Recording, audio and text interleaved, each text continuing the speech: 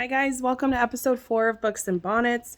I actually shot this episode last week, but it sounded trash because your girl was sick, and I was just struggling to breathe the entire one. So I'm redoing this. We are still in the Power of Now on page 82. This passage is roughly 3 pages, so it should be about 5 minutes or so, but there's some really good stuff in here. Stick through to the end.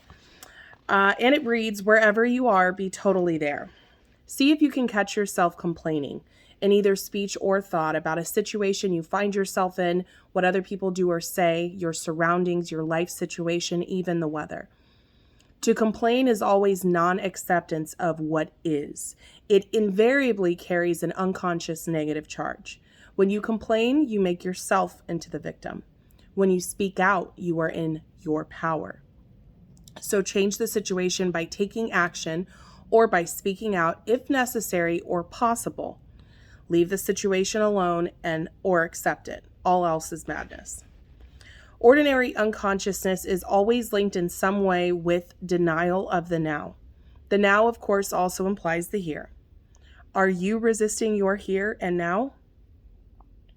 Some people would rather always be somewhere else. Their here is never good enough. Through self-observation, find out if that is the case in your life. Wherever you are, be there totally. If you find that your here and now is intolerable and it makes you unhappy, you have 3 options. Remove yourself from the situation, change it, or accept it totally. If you want to take responsibility for your life, you must choose one of the 3 options, and you must choose now. Then accept the consequences. No excuses, no negativity, no psychic pollution. Keep your inner space clear. If you take any action, leaving or changing your situation, drop the negativity first, if at all possible. Action arising out of insight into what is required is more effective than action arising out of negativity. Any action is often better than no action, especially if you have been stuck in an unhappy situation for a long time. If it is a mistake, at least you learn something, in which case it's no longer a mistake. If you remain stuck, you learn nothing. Is fear preventing you from taking action? Acknowledge the fear, watch it, take your attention into it, be fully present with it. Doing so cuts the link between the fear and your thinking. Don't let the fear rise up in your mind. Use the power of now. Fear cannot prevail against it. If there truly is nothing you can do to change your here and now, and you can't remove yourself from the situation, then accept your here and now totally by dropping all inner resistance. The false, unhappy self that loves feeling miserable, resentful, or sorry for itself can no longer survive here. This is called surrender. Surrender is not weakness. There's great strength in it. Only a surrendered person has spiritual power. Through surrender, you will be free internally of the situation. You may then find that the situation changes without any effort on your part. In any case, you are free. Or is there something that you should be doing, but you're not doing it? Get up and do it now.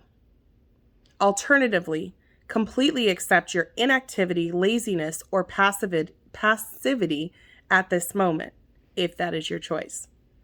Go into it fully, enjoy it, be as lazy or inactive as you can.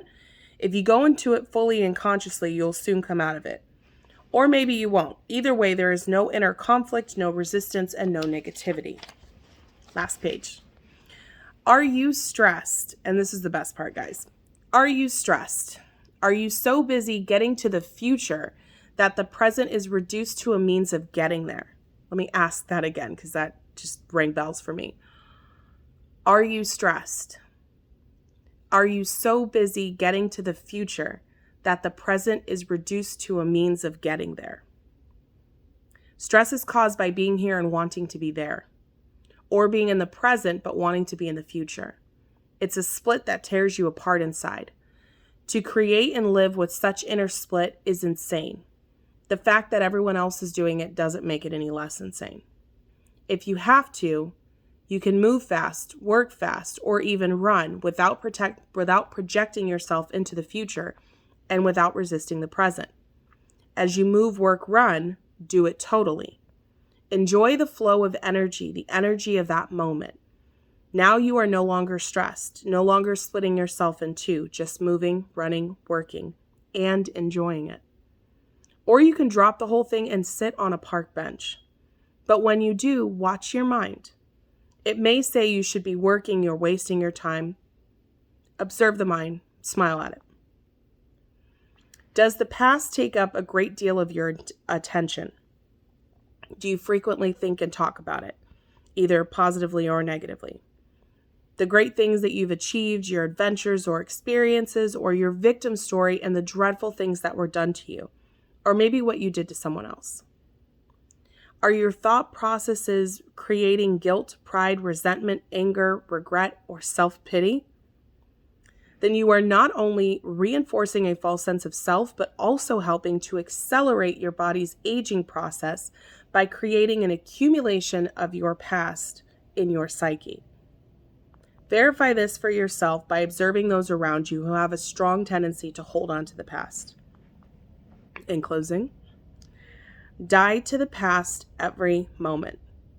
You don't need it. Only refer to it when it is absolutely relevant to the present. Feel the power of this moment and the fullness of being. Feel your own presence. Good stuff, wonderful stuff. Hope you loved it. I did, especially that last passage there.